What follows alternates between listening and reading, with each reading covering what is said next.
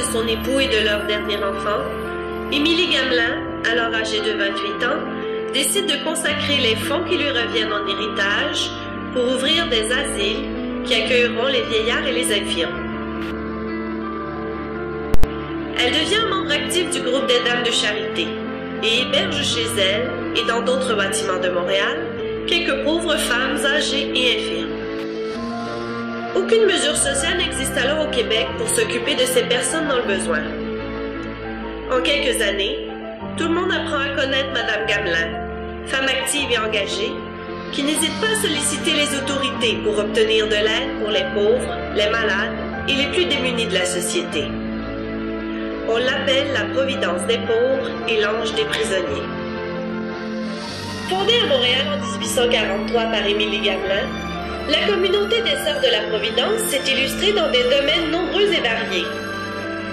Leur première maison, l'Asile de la Providence, fut la pierre angulaire de cette grande œuvre sociale et religieuse. Pendant 170 ans, les nécessiteux de tout acabit y trouveront secours.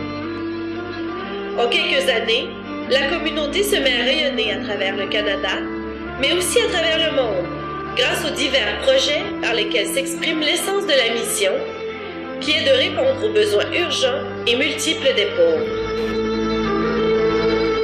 Dans l'esprit de toujours venir en aide aux démunis, un refuge temporaire pour les vieillards abandonnés est ouvert en mai 1891.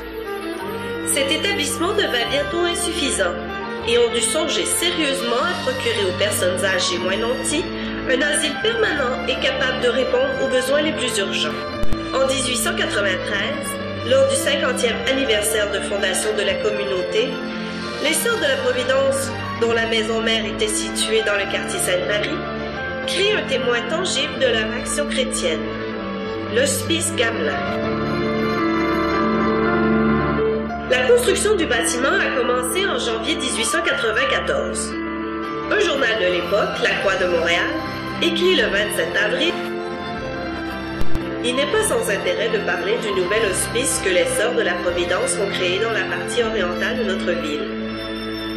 Qui n'applaudirait à la création de cet hospice destiné à recevoir les infirmes de deux sexes appartenant à ce quartier de Montréal où la classe ouvrière compte une grande population? Moins d'un an plus tard, le 10 décembre 1894, l'hospice accueille ses 100 premiers vieillards.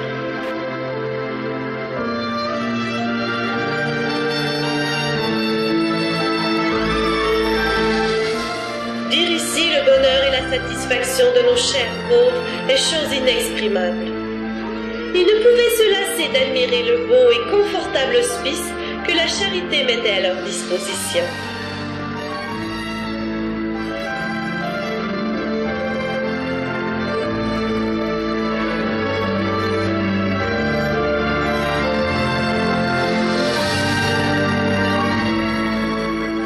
Pour divertir leurs pensionnaires, les sœurs organisent différentes activités et excursions au courant de l'année, comme des pèlerinages, des pique-niques et des petits voyages.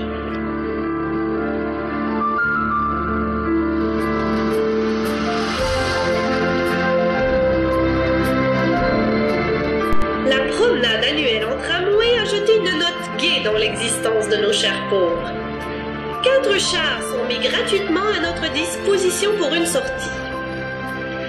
Ainsi, le 24 juillet à 1h30, tout le monde, à l'exception de ceux qui sont trop malades, monte dans les voitures électriques qui passent par la rue Sainte-Catherine, font le tour de la montagne à l'ouest et par différentes rues nous conduisent jusqu'au parc Dominion à l'est. Puis nous ramènent chez nous, que chacun est heureux de réintégrer après ce réconfortant voyage de plaisir.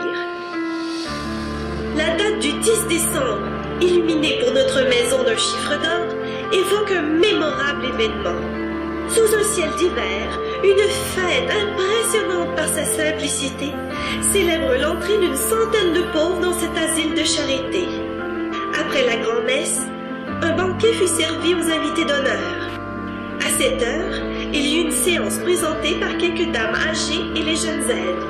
La veillée se termina par le chant toujours si goûté de « Ô douce Providence », auquel toute l'assistance prit part avec enthousiasme. fin de 1963, l'Hospice Gamelin change de nom et devient la Providence Émilie Gamelin. La Révolution tranquille apporte de nombreux changements, dont la prise en charge par le gouvernement du Québec des systèmes de santé et d'éducation. Bien que le foyer Émilie Gamelin se soit largement laïcisé au cours des années 70, l'esprit de charité des Sœurs de la Providence se fait sentir jusqu'à aujourd'hui.